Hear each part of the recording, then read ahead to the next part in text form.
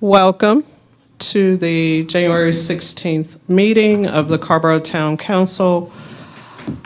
This is a work session, and that simply means there will not be any public comment and no formal action will be taken by the council. We will discuss the one item that we do have on our agenda this evening. Secondly, I would like to get a motion to excuse both Councilmember Posada and Councilmember Haven O'Donnell because they will not be joining us this evening. So moved. Seconded. It's been moved and properly seconded. All in favor, please say aye. Aye. Any opposed? Motion carries. They are excused.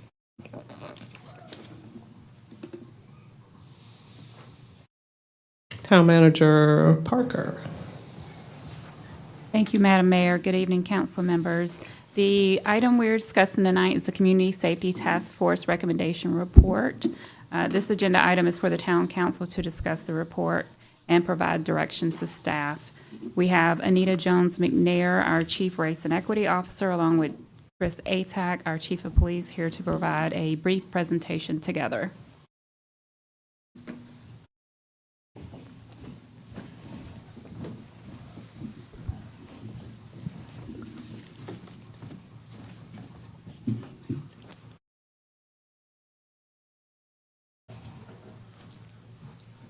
Good evening, Mayor and members of the council.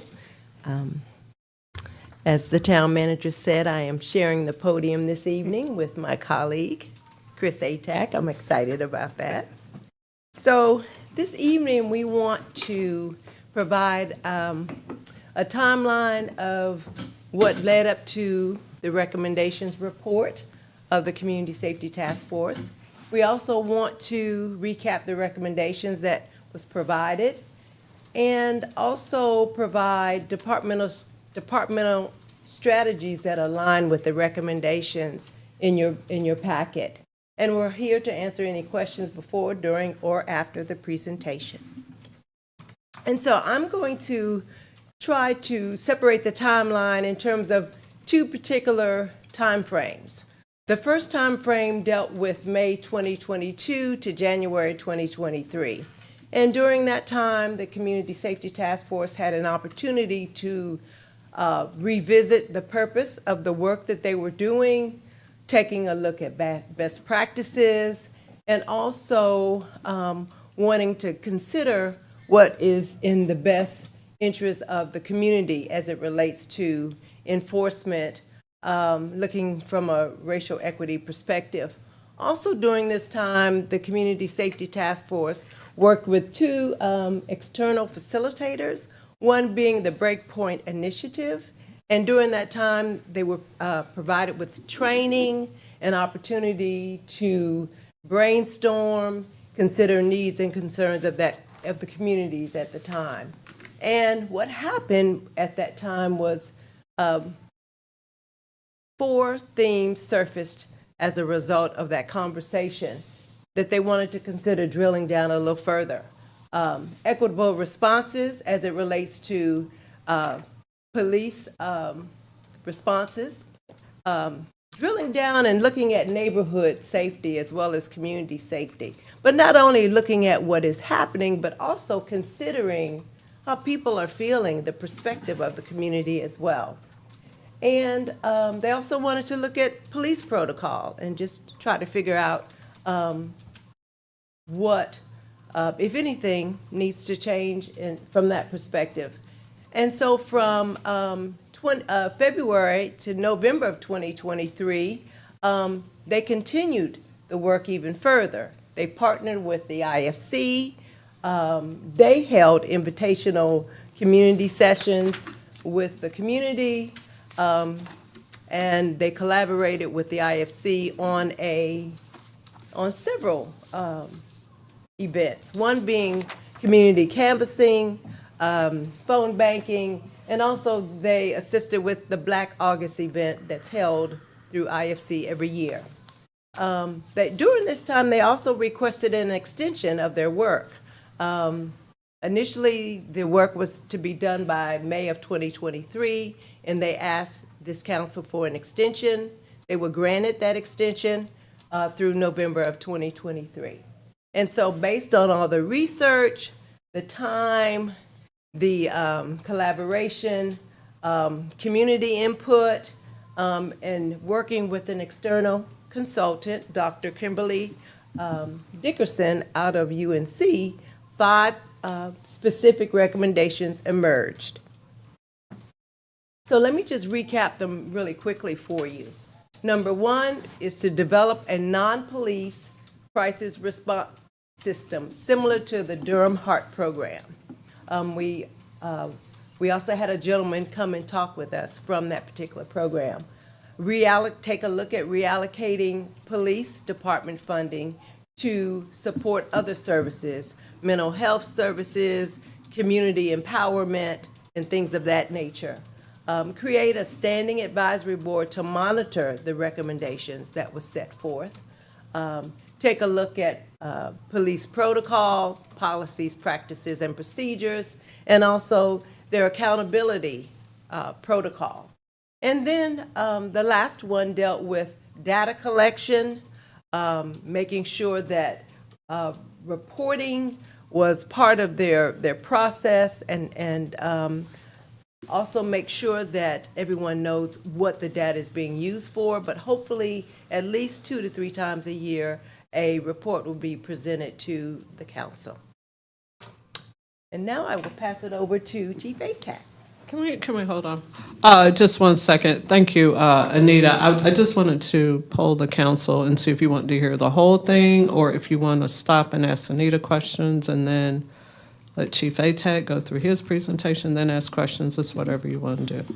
Madam Mayor, my preference would be to hear the whole presentation first. If Anita doesn't mind, we can always come back with questions. Sounds good. Go ahead, Chief ATAC. Thank you. Good evening. I'll try to adjust this a little bit. I'm just going to give a brief overview of some of the things that we're doing and or are under development. They're to kind of dovetail with the philosophy and the items raised in the Community Safety Task Force work. So generally, our enforcement philosophy is voluntary compliance with minor violations. That works for criminal and traffic when it's appropriate. In our policy now, we have the use of non-arrest as much as possible. That would be issue someone a citation versus a custodial arrest. We do not have performance measures that encourage arrest or charging. That was one of the concerns in the task force document. And that is explicitly stated in our traffic policy, which has been in effect for about 2 years now. We're developing clear policy language to guide consistent decision-making along the lines of non-arrest or diversion when appropriate.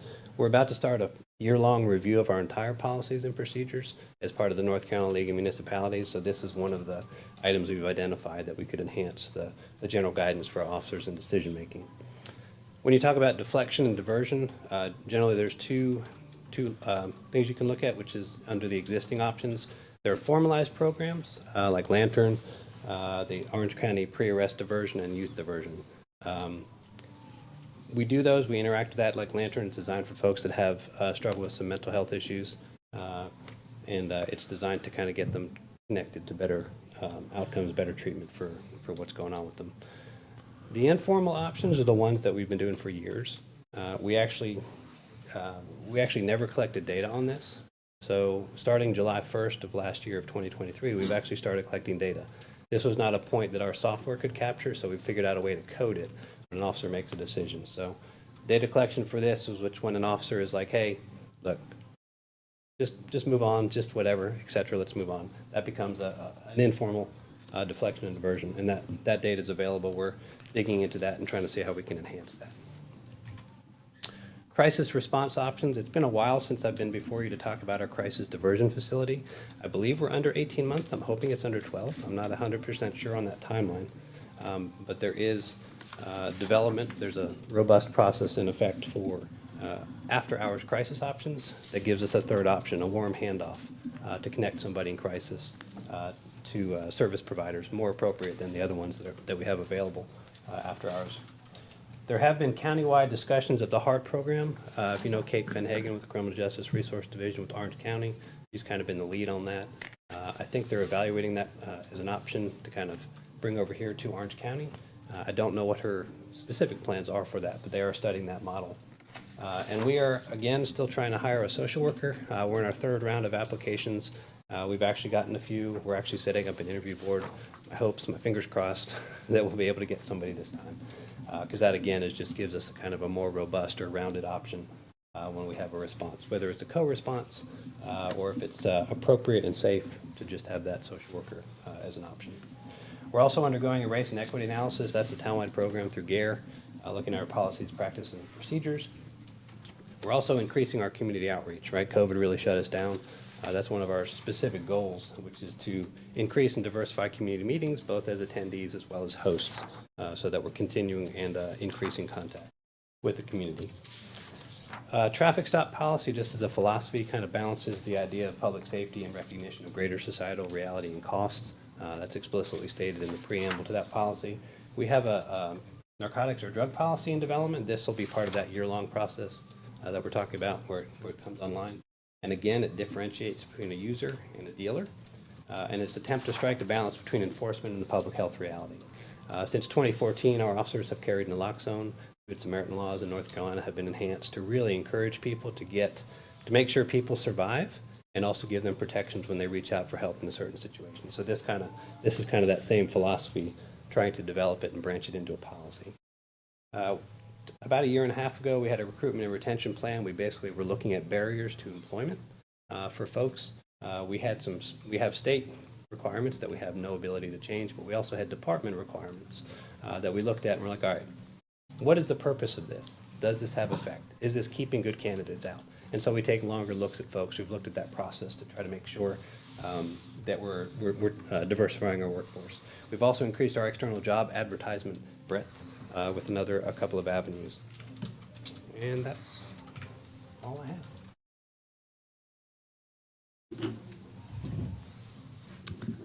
All right, thank you, Anita and Chief ATAC. And so, we're ready for some discussion. If you guys are. The first is just a quick clarification, just to make sure I heard right. Social worker hiring, can you tell me that again?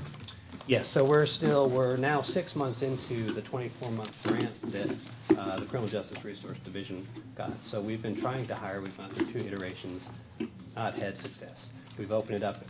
It's open right now.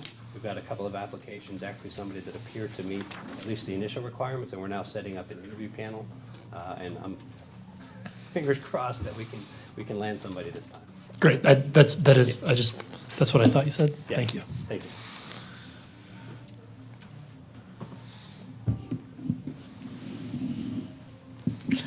So, I read the report. I think it's great. I love all the detail. I think this is moving in a good direction.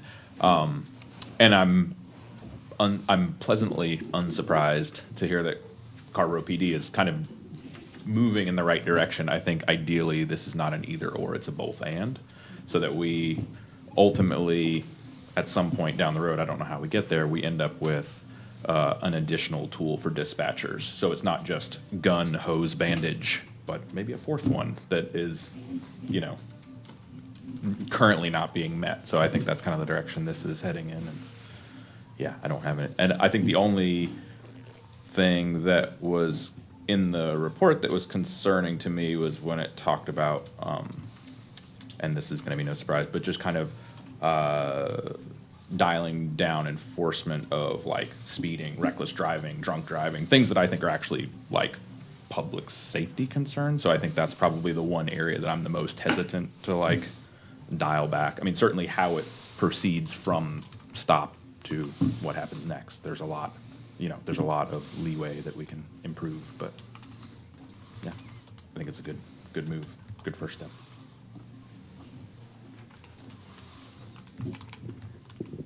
Thanks. Chief ATAC, if you could clarify for me on just a couple of points. You said a couple of times sort of working on clearer policy language, both about sort of consistent decision-making, about your drug policy, about your traffic stop policy, and so on. Can you, for each of those or for them as a group, if it's all one initiative, can you give me a sense of what that timeline has been like, where you feel you are in that timeline?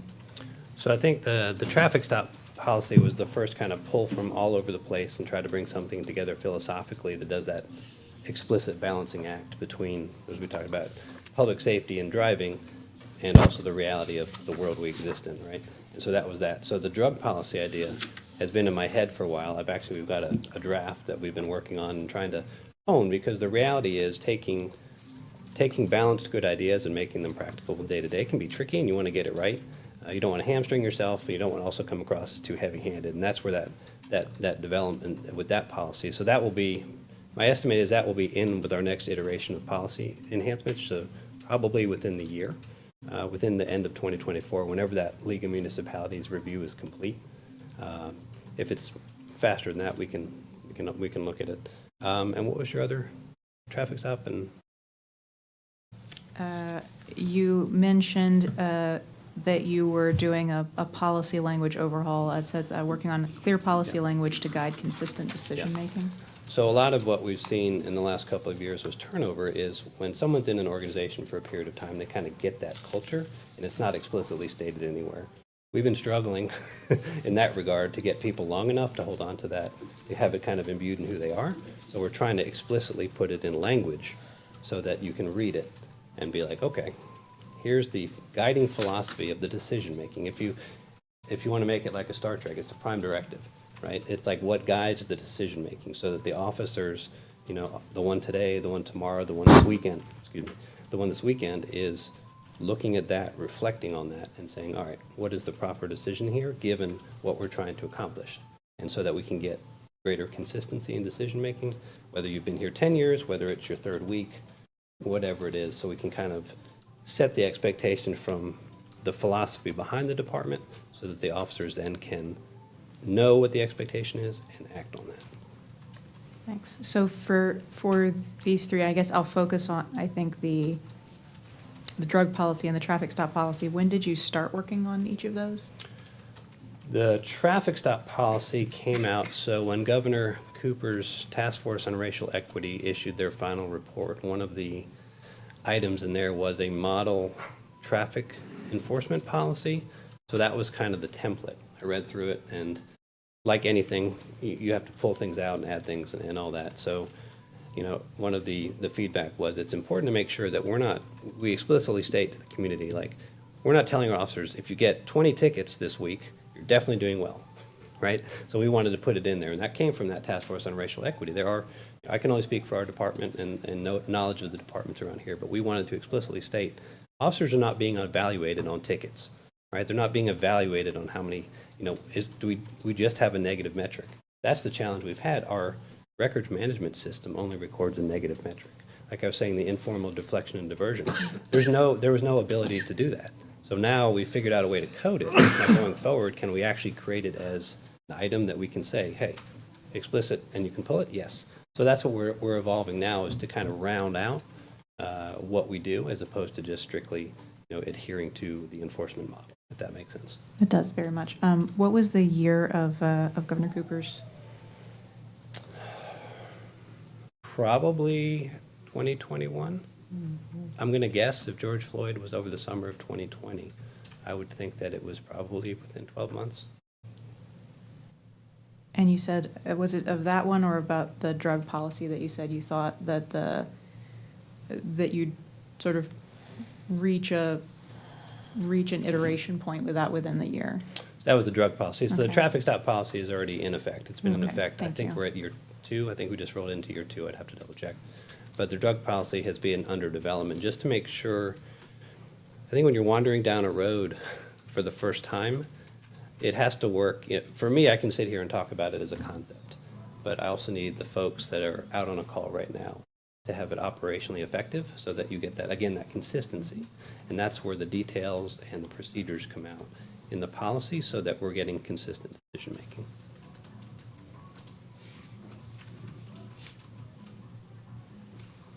Thank you for that. I have another line of questioning, but I think I'd actually like to let it go round and think on it for a moment, if that's okay, Madam Mayor. Yep.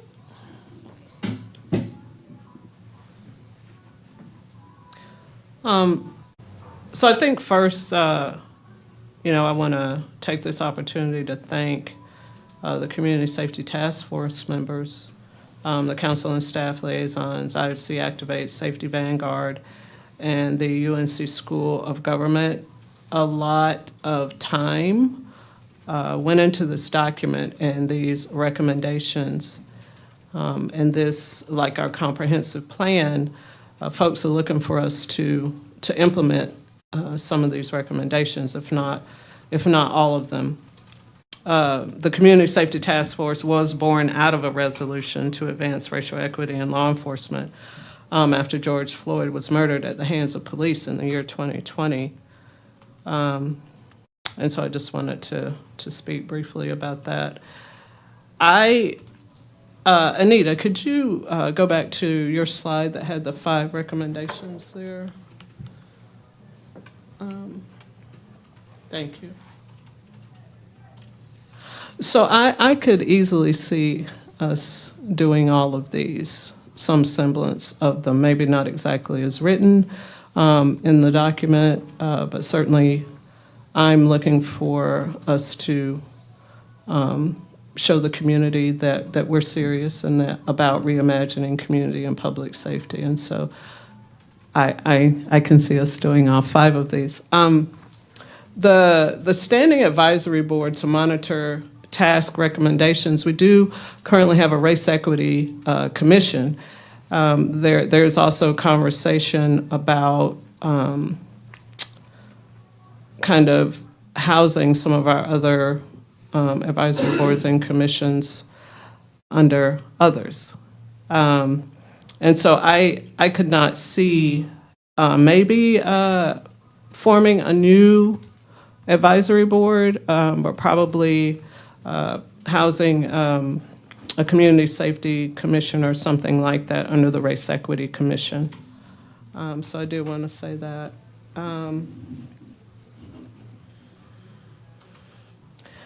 And I believe I wanted to ask Chief ATAC, you've read the recommendations, right? So you know that there's a recommendation about the reduction of foot patrols. So I would like to hear from you about that and what kind of impact do you think that could possibly have, and do you see a way forward in any way with that? I always think in terms of balance, right? That's I guess I learned that as an undergraduate. I try to see the balance in things. So the reality is, many times, especially with the last 2 years, we've been really struggling with personnel retention and recruitment, and really struggling from an ability to effectively do the job.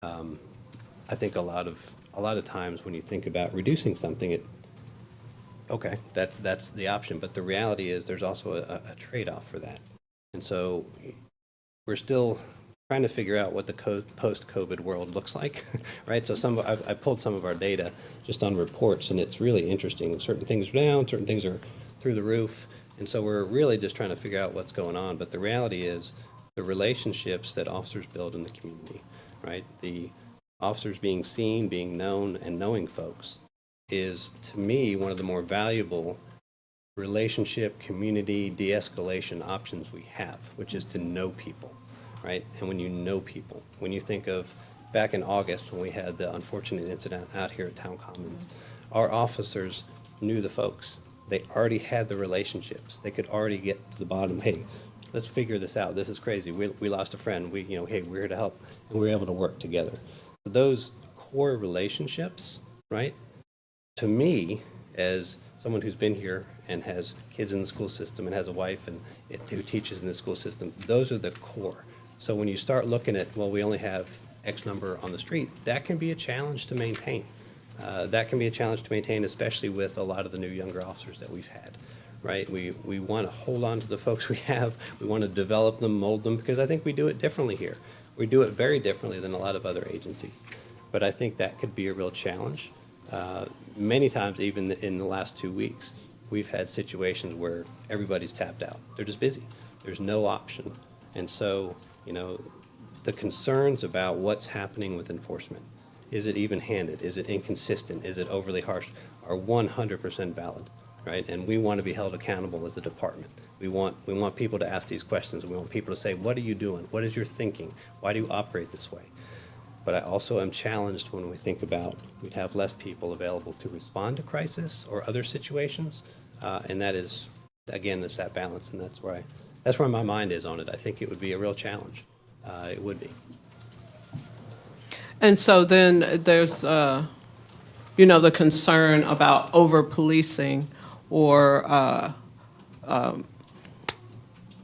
maybe certain community members feel like, some of our marginalized community members are being over-policed, and this is where this is, is coming in. So you don't see a balance there, is that what I'm hearing? So to reduce foot patrol would create an imbalance, so to speak. Like, you wouldn't have as many officers out in the community, building relationships, and just out being visible. Being visible, knowing Okay. folks, knowing folks who are in crisis, meeting them in crisis, working with them to get them connected to resources, yes.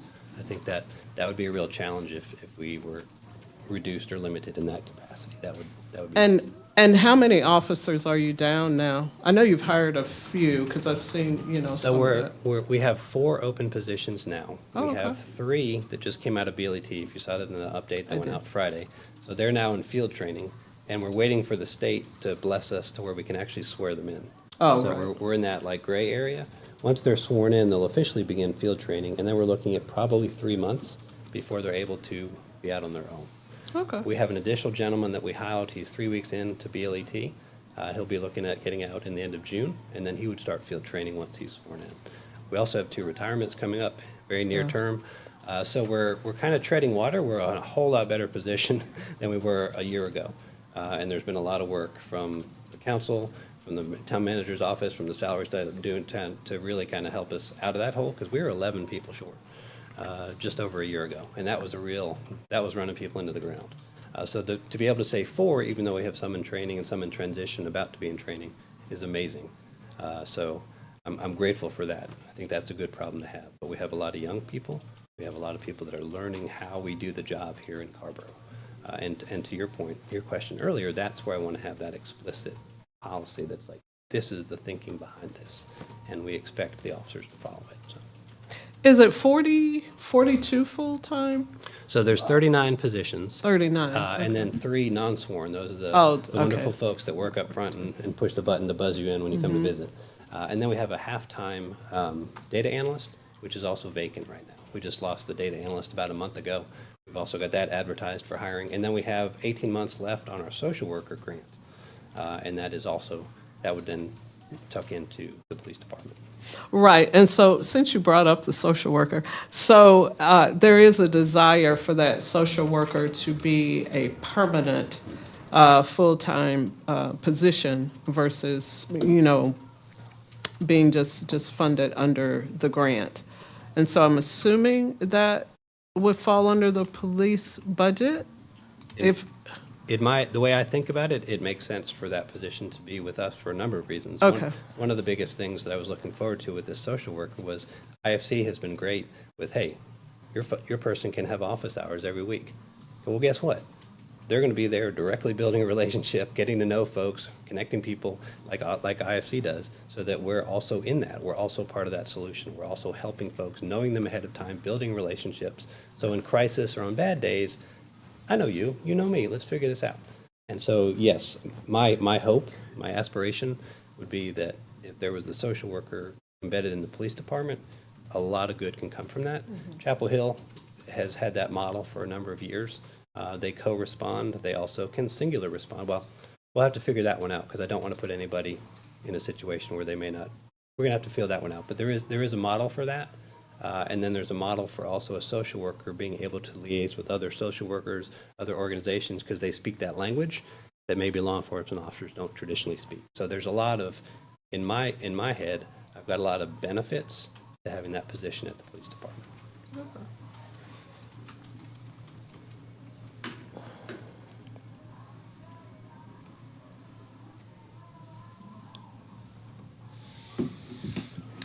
I understand that staffing is a concern. I guess again, and how we get there is still to be determined, but is there a future that you can envision where having kind of a supplementary force of unarmed crisis responders helps kind of take the pressure off, and you could actually do as good of a job with the same number or possibly even fewer officers? I think one of the challenges is when I look at, we talk about like either as an example, a social worker and police officer. And I look at, so Carrboro traditionally, the police department has been a kind of a basic police department, right? We don't have a lot of specialties. We have detectives and we have some community service, and then it's mostly patrol work. So it's response to calls, et cetera. When I look at what a social worker can do, and there's a lot that a social worker can do, but a social worker cannot do a lot of things that a police officer can do. And I'm talking basically like respond to a hot call, direct traffic, take somebody to the hospital. There are things that a police officer can do. So do I see a benefit to having non-sworn social workers, mental health workers? 100%, right? The model's pretty consistent that the more wraparound services you have for people, right, the better, right? The challenge becomes, can you maintain the efficacy of the police department to do the core function and also supplement it with those folks who can enhance that ability? And that's, again, I hate to bring it up again, but that's the balance, right? What are we trying to strike?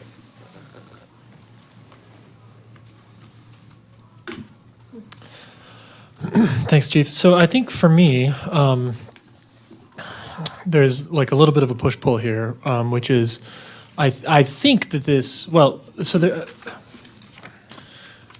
I'll even step back from that. So, our comprehensive plan does not have a community safety chapter, which would have been good for us to realize before we adopted it. And I think in many ways, I think these recommendations reflect the goals of the comp plan in a way where we can functionally treat it as a chapter of that comprehensive plan in the way that we have the goals within that document.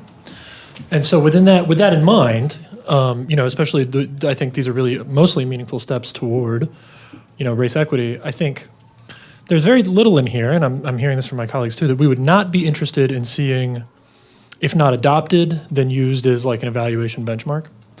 And so sort of stepping aside from the particular concerns of policing and race equity, it becomes sort of part of the broader conversation we're having in town about resources and urgency. This is another department that we're hearing understaffed and under-resourced.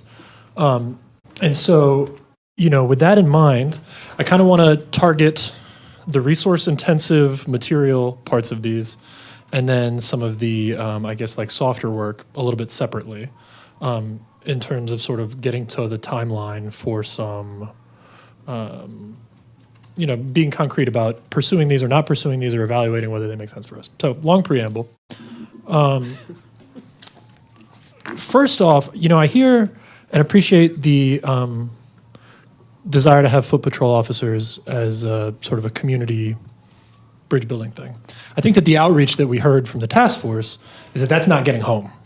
Is people on the ground are not feeling like foot patrol police officers are, in fact, building bridges in community. And one of the recommendations that is in here that I think could be relatively low material resource, though time is a resource, and not one that we have a ton of, is these non-uniformed, non-armed listening sessions where we are maybe taking the lead foot as a town with some of the groups that are, IFC, and others that I think would like to see us, and by us I mean our department particularly, come to them. Some of that may be work that a social worker could do. I would imagine a social worker would have a lot of responsibilities, and maybe that work wouldn't work. So I would be really interested in seeing a concrete agenda item about how we could staff that work, how it is that we could regularly, and I would like to, and I'll put a pin in that. The other thing that we often talk about is we do have regular quarterly reporting, and there's been a little bit of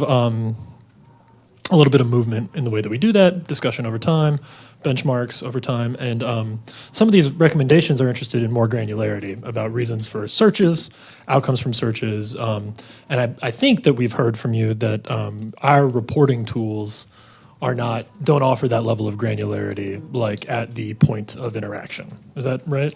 So you can dig into it, but the question is, if we had the data analyst can pull, and then if you have, say, 15 instances in a quarter of whatever, then you'd have to dig into the individual reports and then pull the details. So some of the details are captured in the aggregate, but if you want to actually know the details of each specific item, then you're going to have to go into that report and figure it and pull it. And that can be a challenge sometimes. And that's work for lack of labor time from an analyst, essentially, is what we're suffering there. Well, yeah, what we've had is with the part-time position, this past analyst had a full-time job and then was part-time for us. And it was feast or famine. And I think the feast or famine was problematic from trying to figure out if I wanted to do this job kind of thing. And so the challenge is pulling that granularity can be done, but do we have, one, we're going to have to train up a new data analyst, right? So we're going to have to, again, and this previous one was very versed in it, so there was very minimal spooling them up to speed. We don't know, we've got a couple right now that we're looking at. Some have statistical experience, but not with the data, not with the record management systems, not with law enforcement, not with all these, which is fine, you can still pull data, but again, there's going to be that bring them up to speed challenge for that. You can pull the granularity, it just sometimes becomes, the challenge is making it anonymous enough sometimes so you don't reveal information that maybe should not be revealed, but also is, if you have 7 or 8 instances in a quarter, does that represent, are those specific or big enough numbers to draw conclusions? That's one of those challenges that we have in Carrboro is basically that we may have 8 instances in a quarter, and we want to draw these large conclusions for that. It's like with our crime data. You may go from 7 to 9 in something, and if you do that as a percentage, it sounds like a massive increase. But we went from 7 to 9, and so that granularity sometimes can be challenging without context, but it can be gotten. That's the short answer after giving you a long answer. The granularity can be pulled, but it can be a challenge sometimes.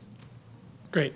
At the risk of sounding banal, I would really just encourage, as I'm trying to encourage everybody this winter, I think we, as a council, we are talking about what it's going to take resource-wise to start giving department heads what they need to answer our questions. We don't want to keep putting you guys in the position where we're asking you for things that you don't have the resources to do.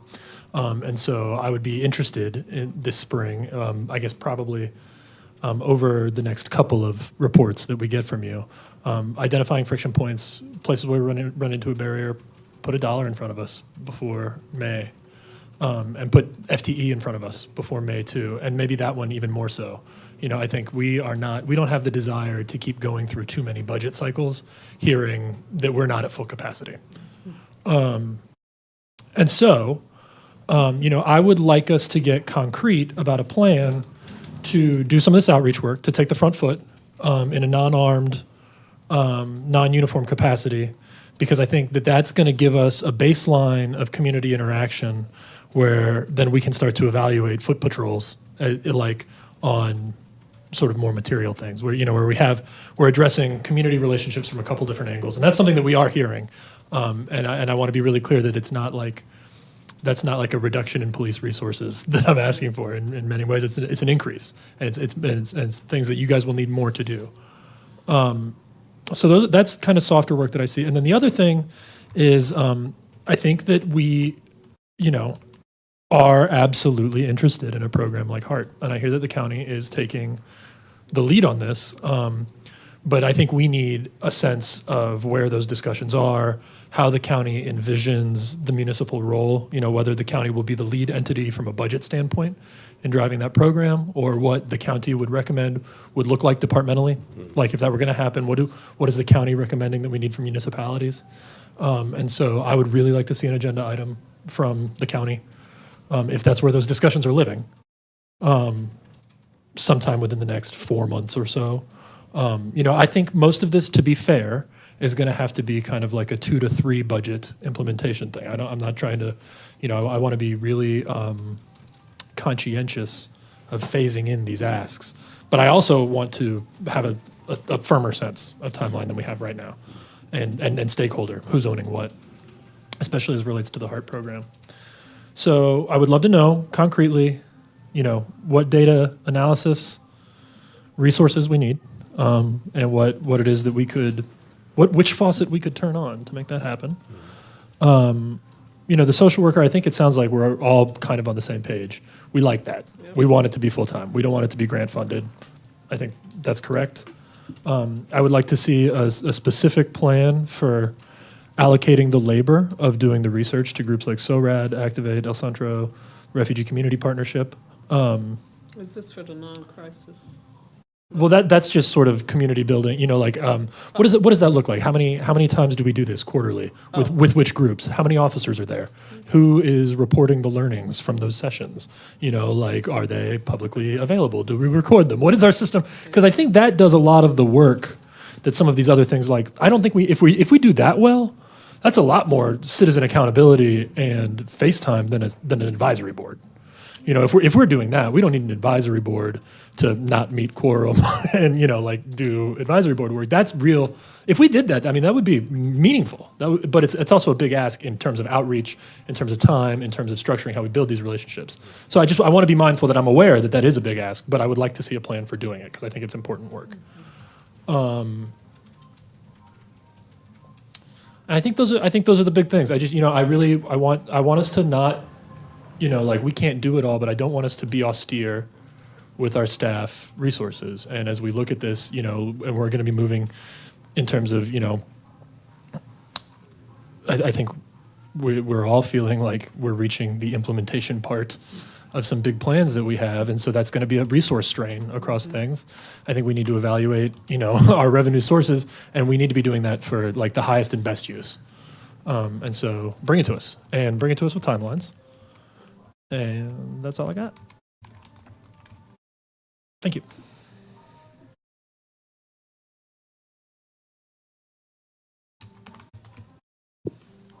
As I think as I'm thinking through this, I sort of have two threads, Chief, that are in my head. One is connecting this into sort of experience of myself or folks that I know or folks in my neighborhood. I'm reading this report and I'm nodding along because I'm like, 80% of the time when I'm thinking, should I consider calling the police?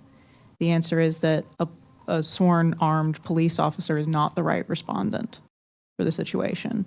And generally in that situation, I think that most of the folks that are making that decision don't call. And at the same time, the other thread that I'm sort of pulling on here is folks that I spoke to who said, hey, I wish there were more patrols in my neighborhood because my mom lives alone. I worry about her. I wish that the neighborhood were safer and that there was somebody who would notice if something was going on in the neighborhood. So trying to pull those threads together, I keep coming back to, you gave us a very helpful conversation about the way that you staff and structure your patrols when you gave us our onboarding. And if I can just draw on that and ask you to repeat some of it back. You mentioned that your patrols are, I believe, 6-person groups?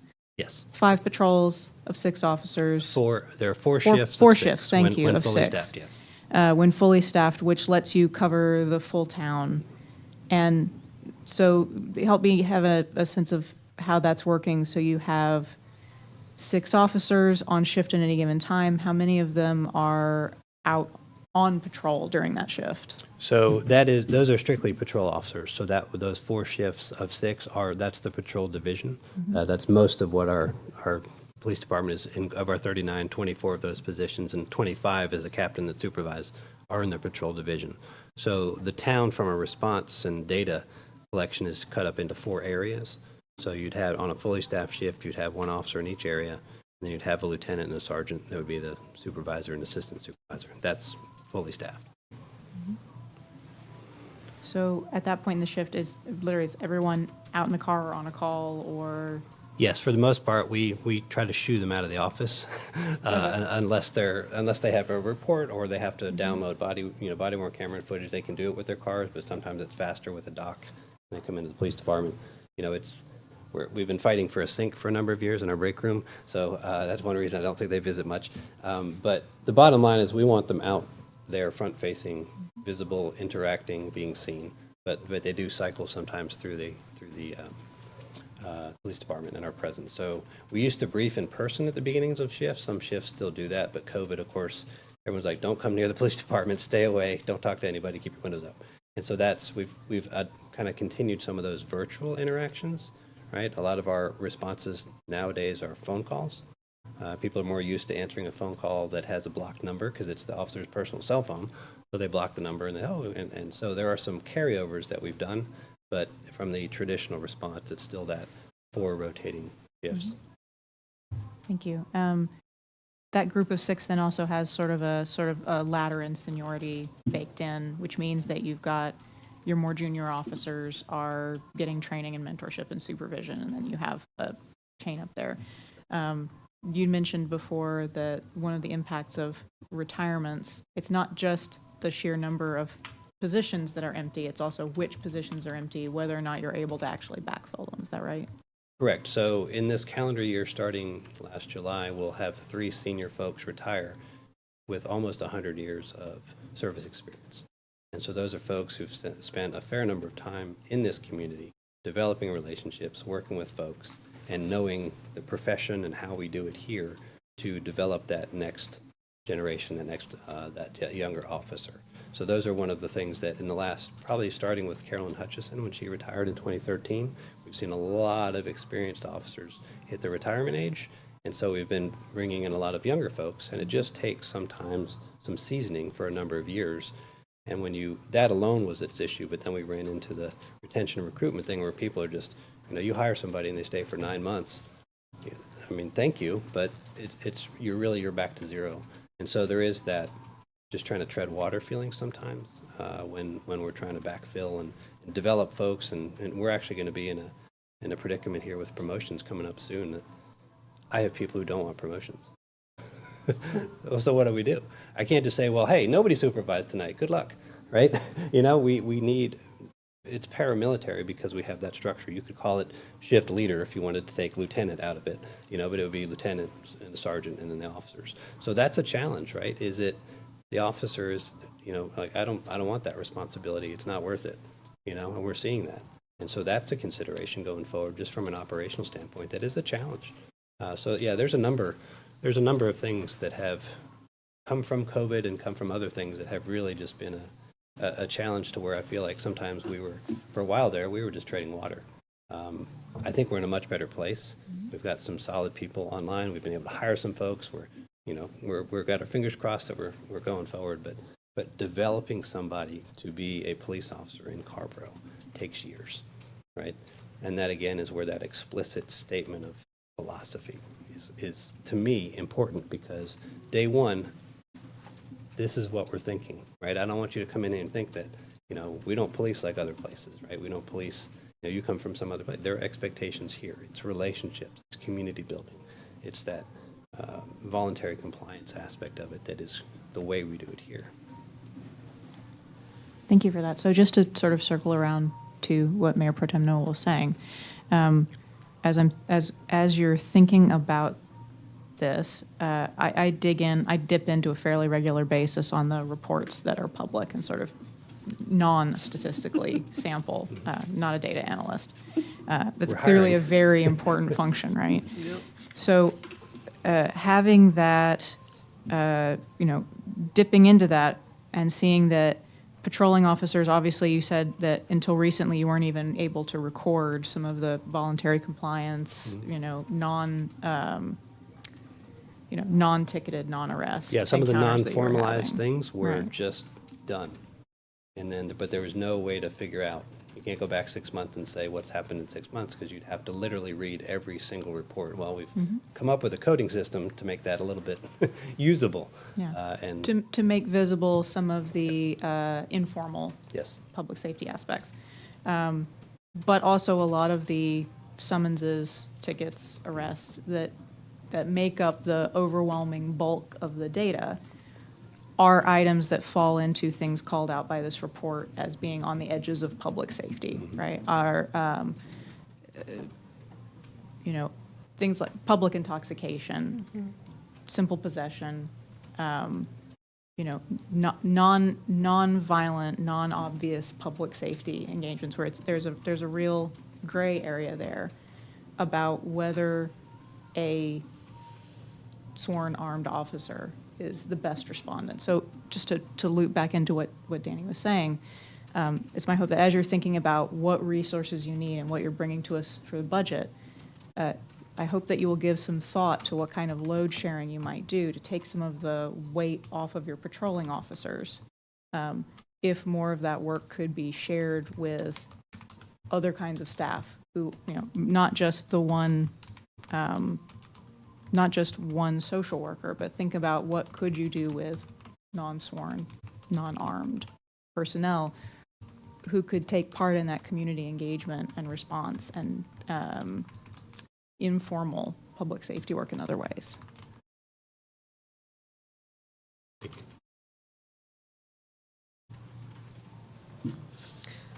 So we have been discussing the recommendations, and we're to provide feedback and guidance to staff. I think some of it has come across already. Is there anything that any one of you want to say to further clarify or run back through again, or just to be clear, or are there more questions or discussion around the presentation? I think I only had one more question. go Hopefully it's not too much in the weeds, but if we were going to, say, do a pilot program of something modeled on like the HEART program, would there be, I don't know, and maybe this is a data analysis thing, but is there like an area or a shift that is like kind of busier than others, where it's like this, if I could get, a person like that on this shift or in this area for these shifts, that it would be most effective? So when we pulled the data over the years, now I will say I haven't done it probably in 6 months, so I can pull it again. But when we look at 7 days of the week, 24 hours in a day, when are we seeing, peaks? And it depends, right? Your traffic crashes tend to happen mornings and afternoons. A lot of times it's shift change, so day shift ends at 5:45 p.m. From somewhere in that 3 to 8 o'clock time frame is when you would think, but I can pull that data and send it back to you. Yeah, and I guess just trying to kind of conceptualize a pilot program, because as like a step towards this. Yeah, and I guess we would want to kind of take out traffic stops, because I think something like the HEART program would ideally be not for crashes where you might need kind of medical first responder training, things like that. But I guess in my mind it seems like it would be mostly downtown, kind of where we have the highest concentration of population, or am I totally wrong? Is the actual concentration of activity somewhere else, especially of that particular type, kind of nonviolent? So yeah, so you'll have hotspots throughout the town. Hotspots, I'm not using that as a pejorative term. That just means where you get more calls. Right. And so I can say from an officer perspective, in talking to my officers, especially if you've seen a lot of, in the last couple of years, some of the more obvious challenges that folks are interacting with, the ability, that's where this crisis diversion facility is exciting, but crisis diversion is, that facility is static, it's fixed, right? So it takes someone to bring that person there. The officers have talked about, wouldn't it be great if we could have somebody, even in the moment, right? We determine, hey, this is not something for police, here's somebody that can help. We've reached out to SORAD a lot. The challenges sometime, I guess, are going to come down again from a resource standpoint. So if you have somebody in crisis, you determine that it's a safe scene, and you want to hand it off to somebody, then that somebody needs to be there within a reasonable amount of time. And that's been some of the challenges. I think there's a lot of good intention, but I think sometimes the lag time is problematic. And that, that's, again, SORAD is new, and that's, again, it's well-intentioned, but you've got to have somebody there for that officer to hand off to, or that officer to say, hey, we know Bob, why don't you go talk to him first? And that, I think, can be built over time.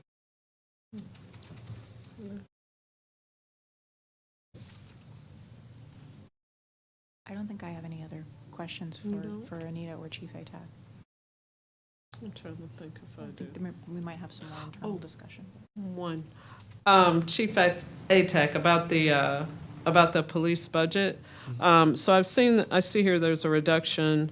There's actually two reductions, 16.3% to 15.8%, and 2023, 2024, 14.7% of the general fund is allocated to the police department budget. So those small reductions like that, is that personnel or is it something else? So I actually reached out to Langston in finance and I said, all Oh. right, can you give me the numbers? Because when we rolled over into this budget, I was like, all right, so some of that, most of the, I forget the number, let's say it was $200,000, right? Let's say the $200,000 reduction.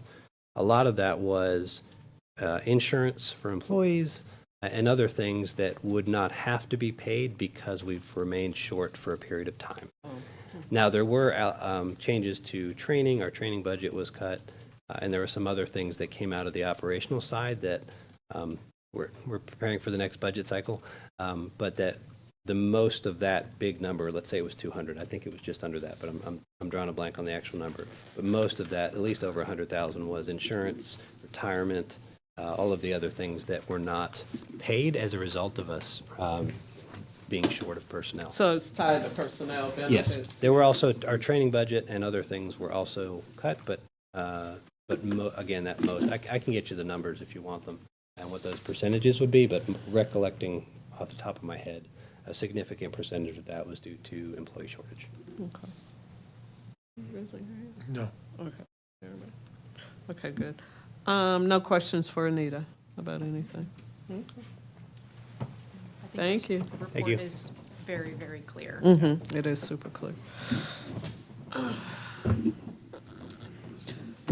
So this is the first opportunity we have had as a council to, kind of run through and discuss the recommendations. Certainly, some of them rise to the top and may be considered low-hanging fruit. But we also know two of our colleagues are not here tonight. We know we won't take formal action. There will be another opportunity to talk and take into account, what they're thinking about all of this.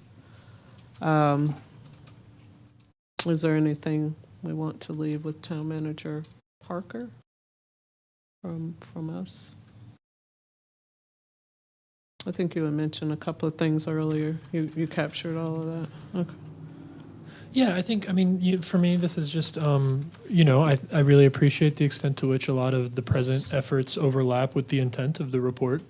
And now it really is about scaffolding in, clear, regular benchmarks, which, I think as we're asking for across departments, we just want to make sure that we have a really good idea over the next 2-3 years over where the resources are going to come from. I do think, the one thing, I've already said it, but I just like staying on top of this HARP program with the county is, that's tough. When we get into those interjurisdictional partnerships, I think we want to be really clear. And so I think it just would be really valuable to have Kate here, even if there isn't a lot to, even if they're not very far down the road. Just because I don't want this to become one of those things where it's a county, town morass. Who's responsible for what? Where is the program? One of these things, because, we've lived there before. We have. But otherwise, I guess my thing here is this is one of those things where it's pretty. We have persistent. Just to be really direct, persistent vibes problems around policing. It's been I think we often are asking for accountability that we're not backing up with resources as a council, or asking for accountability in a way that doesn't materially address what citizens are often communicating. And I want to kind of reduce those, I think it may well be true that 30 years in the future, if we achieve our goals, there may be fewer police officers on the street during most shifts. But I would also hope it's a much better job to be a Carrboro police officer. And I would hope that the resources that we have are going into, detective work and demonstrably making our streets safer, solving crimes that go unsolved and the street problems that we hear about constantly. And then our officers could also probably focus on work, which I imagine is quite a bit more rewarding to them in that relationship building if we have sort of a formalized, accountable way of doing it. I just want to sort of programatize that and take some of it out of patrol in the long term. And I think just like everywhere else in our government, that's gonna mean getting crystal clear about what it is that we are funding as a board, how it's coming. And so that's gonna be my drum on most of what we're hearing this spring. But I think this is a good opportunity because I do think there's a real, if we treat this as the implementation chapter of community safety in the comprehensive plan, then, you know, our practices and procedures aren't very different here than they are elsewhere.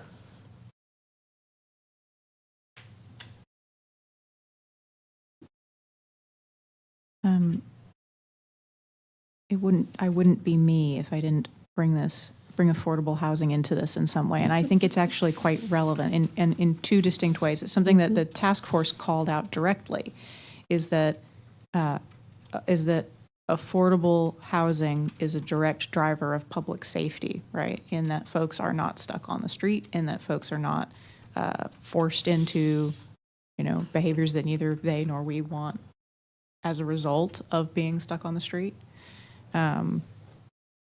But in a second way also, right, in that one of the best practices that has come out of 20 years of work with mixed results on police community relations and police accountability is that it matters where police live. It matters whether or not police are able to live in the communities that they are serving in and be part of them, not just when they're on shift. Not saying sort of one of the points I'm interested in keeping an eye on from a budget perspective as we're thinking about our recruitment, retention, and compensation in that department is it more effective or better stewardship of resources to make it more possible for officers to live in town or even nearer to town. Just a thought there. I don't quite know where to hook that, but because we're talking about it in the context of Where it's planning. always Well, I been super hooked. appreciate you bringing that up. Like everything we talk about, this is an LUO discussion. Yep. You know, we face a really brittle resource pool because we are not diversifying our tax base. We face a housing shortage because we are not providing opportunities at every level of the market or opportunities to integrate with partners to subsidize below market. You know, like there's all kinds of things. And so this is one of those things where when we look at really moving boulders on our comp plan, on race equity, on climate action, it's the LUO. And that's, you know, I think if we take most of our issues to be LUO and staff capacity, you know, like addressing those two things is going to be doing it, you know, like, and so, yeah, I think it's really material that people feel safer when they're housed. And I really appreciate you lifting that up, Catherine, that's the main thing that the task force said. That's the main thing, is housing. You know, before all of this other stuff, which is important work, it's housing. And then secondarily, I do think that the community presence, you know, workforce housing matters for all kinds of workers, and it matters particularly where people are, you know, they have to be brave with their physical body during the shift, and they need to be able to have a sense that they're doing it for their neighbors, or ought to be able to, or able to make that choice. And I don't want to continue to put our officers to come necessarily from far away, to not have a sink, to not make competitive rates, you know, like, and I think many of the, you know, it's coming from both sides that we're seeing these problems. So thank you so much for making those points, Catherine.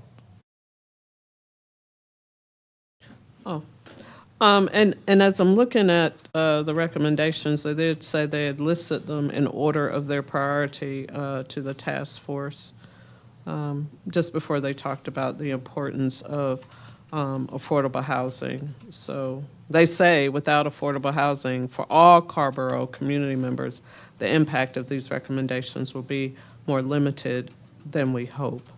And so the development of a non-police crisis response system is number one on the list. I mean, it's listed in order here, just as it is in our report.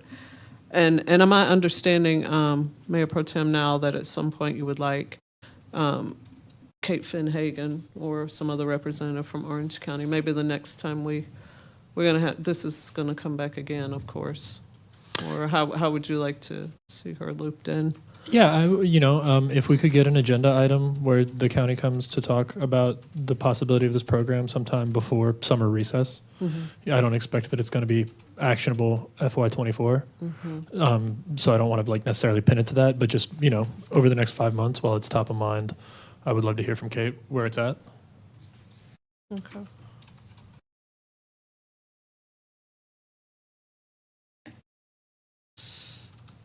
Town Manager Parker, what are some of the things that you have there, to make sure we're going down the right track here? Sure. The council would like to see a plan for outreach, engaging with our community partners, presenting a budget that includes funding, data analysis, offering more granular data going forward in reporting, getting a status report from Kate with Orange County, or having Orange County involved to provide something within the next few months before summer break, establish full-time funding for a social worker in perpetuity, and developing some sort of idea or plans for non-police crisis response. Thank you. Captured? Captured, as far as I'm concerned. And I think, Chief ATAC, you had mentioned about the data analyst, as it relates to, getting all these reports. You have a part-time person? Is that? It's currently budgeted as part-time, yes. Oh, no. One more time. Currently budgeted as part-time? It's currently budgeted as part-time. Could we get a look at comparisons with other municipalities? I'll be honest, I don't think that there's enough work for a full-time position, so Okay. we're Here. kind of, yes. I think there's a lot of data that I would love to pull if we could get some consistency with the data analyst position, but I also don't think from the economy of scale, there's enough work for a full-time position, if that makes sense. So not even with the request from the Community Safety Task Force and the recommendations about some of the additional data that they're looking for, so you still think your part-time data analyst can? I think if come we through get with somebody on board soon, we can figure out what that looks like from someone who's familiar with pulling it. Okay. I don't think it's onerous. It'll be more than what we do now. Generally, what I have in my head currently is roughly 10 hours a quarter to pull that data and all that. So it's not a lot. If we wanted to expand granularity, if we wanted to pull other aspects of it, could that expand out? Yes.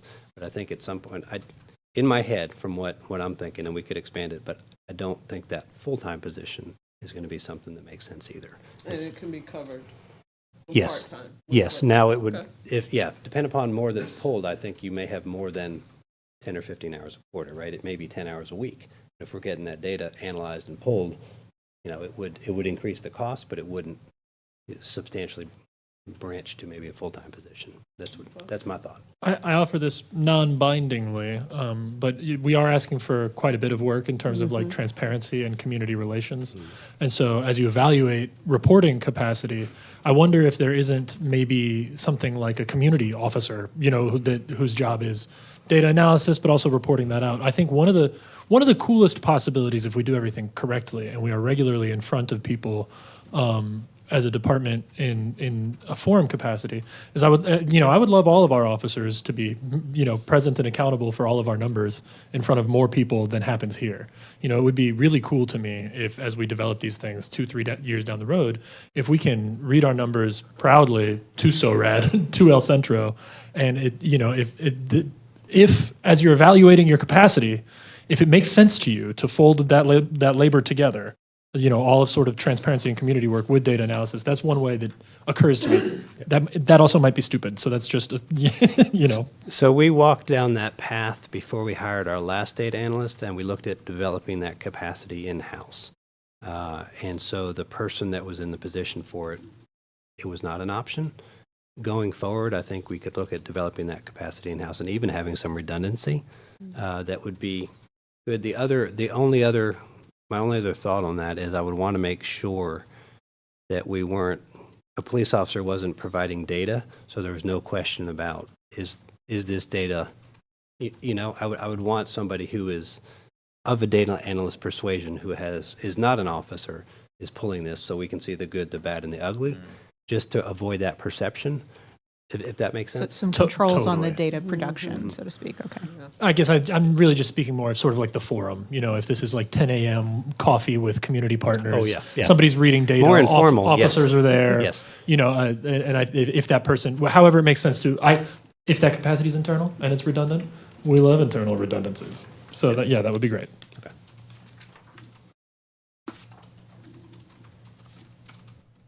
Thank you. Oh, thank you. Yeah. Get my steps in.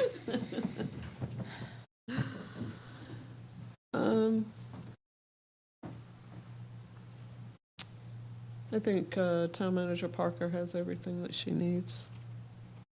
Do we have any other questions or discussion? Because we will follow up and have another one.